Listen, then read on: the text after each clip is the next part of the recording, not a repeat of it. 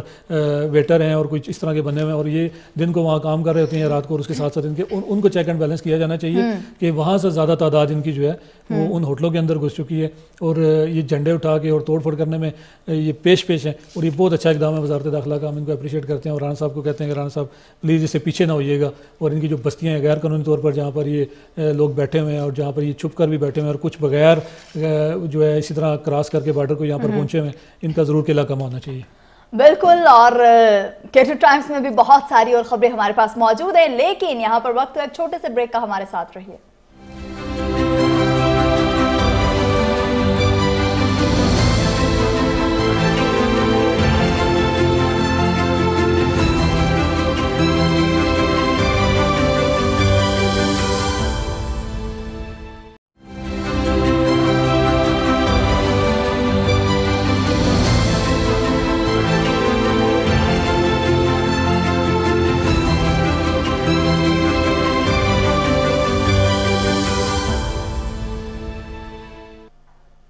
خوش آمدید کہیں گے آپ کو. اور ایک ایسی خبر ہے جو کہ ہر کچھ عرصے کے بعد ہماری نظروں سے گھومتی ہے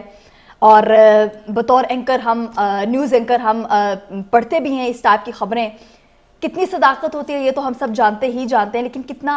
عرصے تک اس پر امپلیمنٹیشن ہوتی ہے وہ بھی چیزیں ہمارے سامنے ہوتی ہیں. لیکن تاجر رات 8 بجے تک دکانیں بند کرنے کے فیصلے کو مسترد کرتے ہیں، ایسا کہنا ہے زاہد بختاروی کا. اور مرکزی تنظیم تاجران نے بازار 8 بجے بند کرنے کی حکومتی جو تجویز ہے اس کو مسترد کر دیا. ہمیشہ سے مسترد کیا جاتا ہے، کچھ عرصہ پہلے بھی یہ خبریں گردش کر رہی تھی، اب پھر کر رہی ہیں. یہ جڑواں شہروں کے جو تاجر تنظیمیں ہیں راولپنڈی اور اسلام آباد کی، اور ان دونوں نے اس فیصلے کو یہ کیونکہ یہ جو ہے یہ بجلی کے حوالے سے کیا گیا تھا تاکہ بجلی کی بچت کی جا سکے. توانائی آپ کو پتہ ہے ہمارے ملک میں کتنی ساری ہے پہلے, تو یہ 8 بجے مارکیٹیں بند کرنے کا فیصلہ کیا گیا تھا. پہلے بھی کیا گیا تھا لیکن یہ فیصلہ کامیاب ہوا تھا. یہ ویسے ہی اگر آپ کہیں کہ نہیں جی یہ بڑا اس میں تاجر تو یہ کہتے ہیں کہ یہ عوام دشمن, اور وہ کہتے ہیں کہ جی وہ کہتے ہیں کہ تاجر جو کہتے ہیں وہ کہتے ہیں کہ یہ عوام اور تاجر دشمن یہ پالیسی ہے اور 8 بجے کاروبار بند کرنا. لیکن ہم لوگ ریکویسٹ کرتے ہیں یار خدا را کوئی کسی نے تو حصہ ڈالنا ہے اس ملک میں اپنا, تو آپ لوگ اس چیز کو ضرور انڈرسٹینڈ کریں کہ اگر کاروبار جو ہے وہ صبح ٹائم سے کھول دی جائے, ٹائم سے بند کر دی جائیں, تو ہر بندے کو پتہ ہوتا ہے کتنے بجے تک دکان کھلی, وہ جا کے اپنی شاپ سے وہ جو اس نے خریداری کرنی ہے وہ جا کے اپنی شاپنگ کر سکتا ہے. جس میں ٹھیک ہے کچھ ضروری جو کاروبار ہیں, میڈیکل سٹورز ہیں یا کچھ طرح کی ضروری چیزیں ہیں ان کو کھلے رہنا چاہیے. لیکن بلا وجہ کہ اب یہ ویسے بھی ہمارا دینی طور پر بھی دیکھا جائے تو بازار رات کو کھلے رہنا, میرے خیال سے آپ لوگ اس اپنے فیصلے پر نظر ثانی کریں اور اس کو حکومت میں اس کا آپ ساتھ دیں. ہم حکومت کی حمایتی نہیں ہے لیکن ہم یہ کہتے ہیں کہ ایک جو اچھا کاز ہو اس میں سب کو مل کر اس قوم کے لیے حصہ ڈالنا چاہیے, کیونکہ ہمارے ملک میں بہت شدید بحران ہے, گرمیوں کے یہ دن ہے, اور وہ آپ لوگوں کے اس فیصلے سے ہو سکتا ہے وہ غریب جو ہے اگر آپ لوگ یہ مان جائیں تو اس غریب کو بھی رات کو وہ آسانی سے سکون کی نیند سو سکے, جس کا جو ہے پنکھا چل جائے اور وہ رات کو یہ آپ کی بچائی ہوئی جو بجلی ہے اس بجلی سے وہ بھی اپنا آرام سے اپنے بچوں کے ساتھ سکون کی نیند سو سکے. چلیں بجلی کا تو آپ نے میں بتا دیا کیسے بچانے, گیس ہم نے کیسے بچانے, گیس بھی تو بند ہو جاتی ہے, بس یہی چیز ہے, گیس تو بند ہو جاتی ہے. گیس والے بھی آپ کو پتہ ہے اس کی مہنگائی پچھلے پروگرام میں ہم نے ڈسکس کیا کہ وہ ریٹ بڑھ گئے تھے, تو یہ بس حکومتی ایک وہ میں نے آپ کو کہا نا بجٹ آگے چیزیں پہلے سے وہ کر دی گئی تھی تو بجٹ میں تاکہ وہ ڈسکس نہ ہو, تو وہ کیونکہ پہلے ڈسکس ہو چکی, وہ آلریڈی مہنگی ہو چکی ہے تو وہ تو رونا ہے. لیکن گیس کے اوپر آپ پنکھے نہیں چلا سکتے, گیس کے اوپر جو ہے نا آپ پنکھے رات کو سو نہیں سکتے. تو یہ تاجروں سے ہماری بھی درخواست ہے, ریکویسٹ ہے K2 ٹائمز کے پلیٹ فارم سے, اپنے اس اخبار سے, اپنے اس پروگرام سے, اپنے K2 TV کی وساطت سے کہ آپ خدا را اس کو سوچئے. یہ قوم کے لیے بھی اچھا فیصلہ ہے, آپ کے لیے بھی اچھا فیصلہ ہے. کاروبار اللہ پاک نے رزق دینا ہے, اللہ پاک رزق دے گا, اور وہ اللہ پاک جب آپ اچھی سوچ رکھیں گے تو یہ تھوڑا سا آپ اس کے اوپر نظر ثانی کریں. نظر ثانی کریں انشاءاللہ. دیتا میں انسداد تجاوزات آپریشن 377 کنال اراضی جو ہے وہ واگزار کروا لی گئی ہے. یہ ایسے ہے کہ انشاءاللہ دیتا میں یہ جو اراضی ہے یہ 377 کنال, اس طرح کے بہت سارے آپریشنز ہو رہے ہیں. اور انشاءاللہ گاؤں جو ہے یہ بھی مطلب اسلام آباد کے جیسے سیدپور ماڈل ولیج ہے, اس طرح یہ بھی ایک ایسی ایک ماڈل ولیج ہے, وہ CDA کا ایک ماڈل ولیج ہے. اور اس ولیج کے اندر ابھی کچھ لوگوں نے ناجائز تجاوزات بنانی شروع کر دی تھی, کیونکہ مرگلہ روڈ جو ہے وہ جو آئی ہے, وہ جو رنگ روڈ کے ساتھ جس کا ایک منصوبہ ہے وہ جڑے گی, جا کر کسی پروگرام میں ہم انشاءاللہ اس کو تفصیل سے ڈسکس کریں گے. تو یہ وہاں پہ جب لوگوں نے جب ہمارا کیونکہ المیہ یہ ہے کہ جو قبضہ مافیا ہوتا ہے وہ دیکھتا ہے کہ جس طرف جو ہے روڈز بن رہی ہیں, جس طرف رجحان ہوتا ہے وہ وہاں کے کچھ لوگوں کو اپنے ساتھ ملا کے تو ملی بھگت سے وہ قبضے شروع کر دیتے ہیں. تو یہ اس طرح کی کوششیں ہو رہی تھیں بڑے عرصے سے, جس کو تمام ہم لوگ بھی رپورٹ کر رہے تھے اور بہت سارے ادارے بھی اس کو رپورٹ کر رہے تھے. تو CDA نے جو ایکشن لیا ہے, بڑا زبردست ایکشن لیا ہے. ڈپٹی کمشنر جو ہیں CDA کے سردار آصف صاحب ہیں, DG انفورسمنٹ جو شاہجہان صاحب ہیں, اور ڈاکٹر ثانیہ صاحبہ جو ہیں AC جو ہیں, اور تحصیلدار ہیں مرزا سعید صاحب. تو ان کو اپریشیٹ اس لیے کرنا چاہیے کہ انہوں نے وہاں پر بڑی جو ہے نا یہ کچھ ایک دو جگہ پہلے بھی آپریشن کرنے کے ان کو بڑی وہاں پہ مزاحمت کا سامنا کرنا پڑا مقامی لوگوں کی طرف سے, کیونکہ وہ جو مافیا ہے وہ مافیا مقامی لوگوں کو اپنے ساتھ ملا لیتا ہے اور ان کو بتاتا ہے کہ یار آپ لوگوں کے ساتھ تو بڑی زیادتی ہو رہی ہے اور آپ کے ساتھ ظلم ہو رہا ہے. حالانکہ ایسا نہیں ہے, CDA کے اندر ابھی تک لوگوں کو جو ہے وہ متاثرین جو ہے ان کو وہ نوازا جا رہا ہے, یا ان کے جو چیزیں, اور وہ تو خیر لے کے تو لوگ آگے وہ آپ کو پتہ ہے آگے پیچھے کر دیتے ہیں, وہ خود تو رکھتے نہیں ہیں. لیکن CDA ان کے ساتھ لگا ہوا ہے, بہت سارے کیسز عدالتوں میں موجود ہیں, ان کو ایسے فورم موجود ہیں جہاں پہ ان کی بات سنی جاتی ہے. تو یہ قبضہ مافیا سے چھڑانے کے لیے پھر اس میں جو CDA کی اراضی کلیئر ہوئی ہے, اس میں CDA آلریڈی ان پہاڑوں کے اوپر اس طرف یہ آنے والے وقتوں میں CDA کے اپنے پلان ہیں. اس طرح سے شالدہ سے آگے پھر ایک جگہ ہے رق سرکار ہے, پھر کینتلا ہے. وہ کینتلا آنے والے وقتوں میں وہ CDA کی اس میں بہت ساری جگہ ہے, وہ آنے والے وقتوں میں عوام کے لیے وہاں پہ ایک بڑا وہاں پہ پکنک اسپاٹ کے پروگرام ہے. یہ ایک سارا نیشنل پارک کا ایریا آتا ہے, تو CDA کی وہ ساری لائن آ رہی ہے. تو اس میں یہ اس طرح کر رہے ہیں اور ہم ان کو اپریشیٹ کرتے ہیں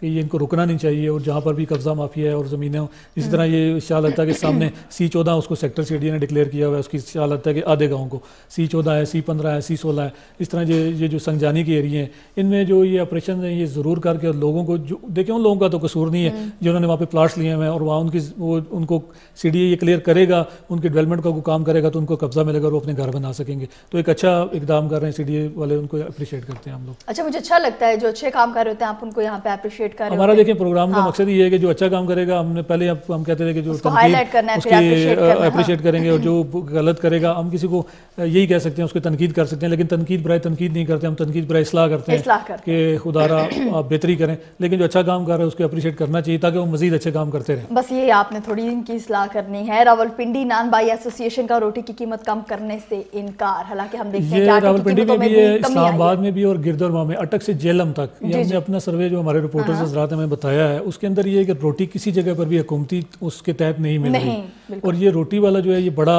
اہم ایشو ہے، کیونکہ غریب آدمی ظاہری بات ہے جا کے روٹی لے گا تو وہ کھائے. 2 یا 4 روپے کی بات نہیں ہے. حکومت نے اعلان تو کر دیا لیکن امپلیمنٹیشن کے لیے ابھی ڈی سی صاحبان اور اے سی صاحبان اس کام پہ لگ گئے ہیں. لیکن اس ضلعی انتظامیہ نے جو نوٹیفیکیشن کیا تو آپ لوگوں کا تھوڑا سا یہ اس میں ہم یہ سمجھتے ہیں کہ اگر بیٹھ لے جاتے نان بی ایسوسیشن کے ساتھ، ان کے ساتھ بیٹھ کر ان سے مذاکرات کرتے. ایک لحاظ سے ہم نے جب ان سے باتیں کی ہیں تو وہ بھی اپنی جگہ پر ٹھیک ہیں. ان کا کہنا یہ ہے کہ گیس اتنی مہنگی، جیسے ابھی آپ کہہ رہی تھی کہ گیس، کیونکہ تنور سارے آج کل آپ کو پتہ گیس کے اوپر وہ لکڑی والا ماحول ختم ہو چکا ہے کہ پہلے وہ لکڑی سے جلایا جاتا تھا اور وہ پرانے ٹائم تھا. ابھی شہروں کے اندر یہ سارے گیس پہ ہوتے ہیں اور وہ گیس کی مہنگی ہونے کی وجہ سے، اور آٹا کسی ٹائم ایک جگہ پہ بیلنس نہیں ہو رہا، کبھی زیادہ ہو جاتا ہے کبھی کم ہو جاتا ہے. تو ان کی اپنی جگہ ان کے بھی جو خدشات ہیں وہ ٹھیک ہیں کہ ہمارے ساتھ بیٹھ کے ایک چیز طے کی جائے، اس طے کرنے کے بعد ہمیں بتایا جائے کہ چلیں کچھ عرصے کے لیے یہ ہے یا ہم اس میں کوئی کمی بیشی کریں گے. تو وہ اپنا پھر آٹے کا آپ کو پتہ ہے ان کا بڑا ایک پیڑے کا حساب ہوتا ہے، اس کا وزن ہوتا ہے، اس وزن کے حساب سے روٹی لگائی جاتی ہے. اب جہاں پہ جو کم دے رہے ہیں، ہم نے جا کے دیکھا انہوں نے یہ استادی کی ہوئی ہے کہ انہوں نے آٹا کم کر دیا ہوا ہے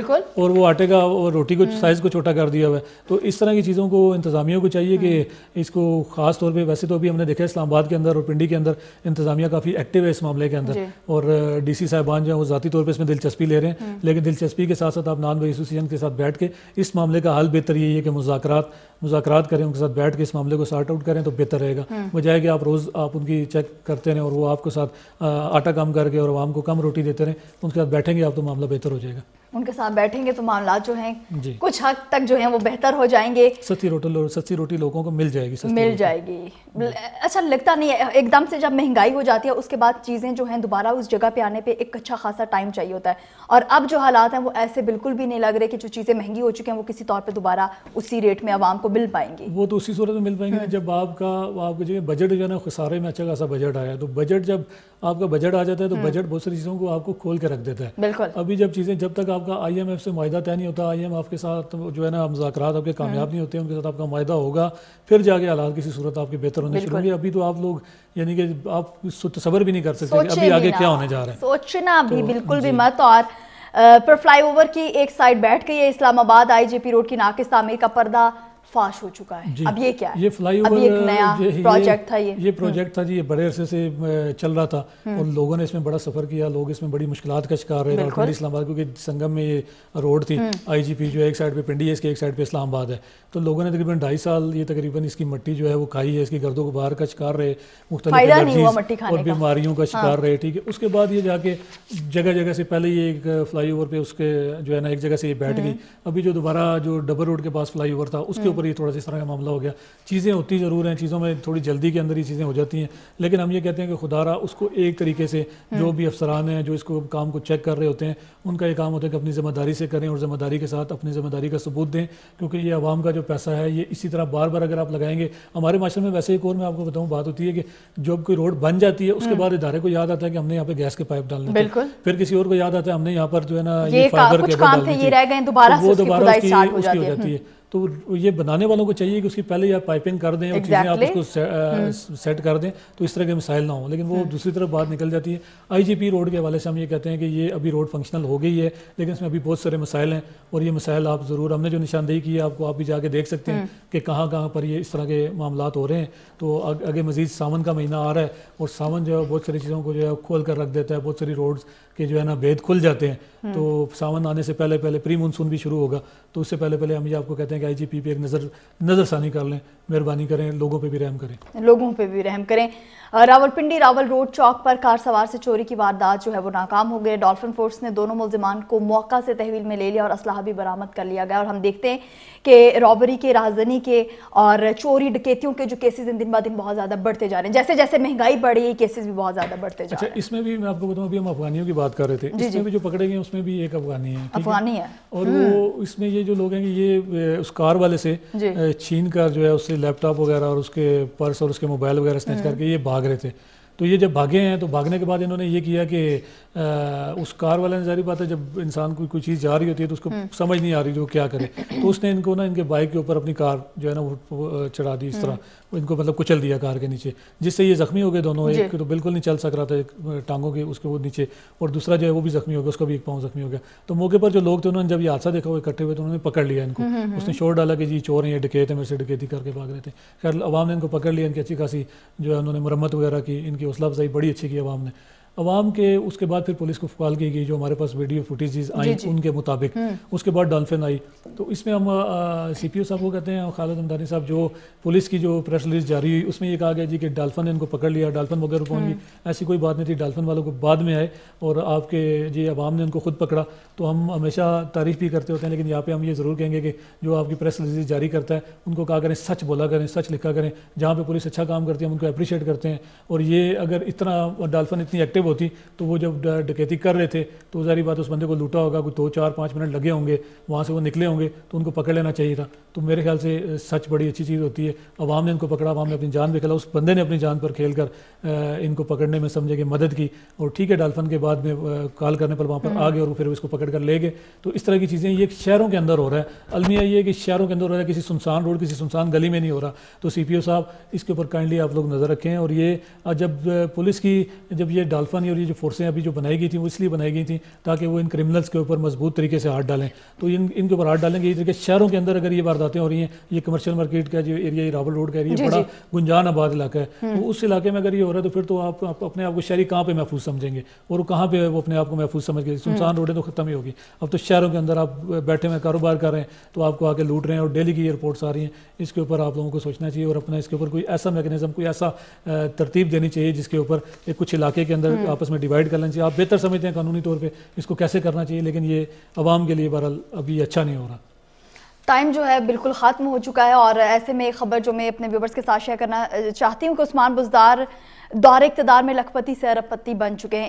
ایک لائن میں بس بتا دیں۔ لائن میں تو آپ نے بتا دیا کہ لاکھ پتی سے ارب پتی بن چکے ہیں، ایک لائن میں بتائیں، لاکھ پتی سے وہ ارب پتی بن چکے ہیں۔ اصل میں ان کے ساتھ جو شو ہے نا، جب وہ سٹارٹ ہوئے انہوں نے جو جمع کروائے تھے اس میں 7 لاکھ اور 60,000 روپے انہوں نے جمع کرائے تھے۔ تو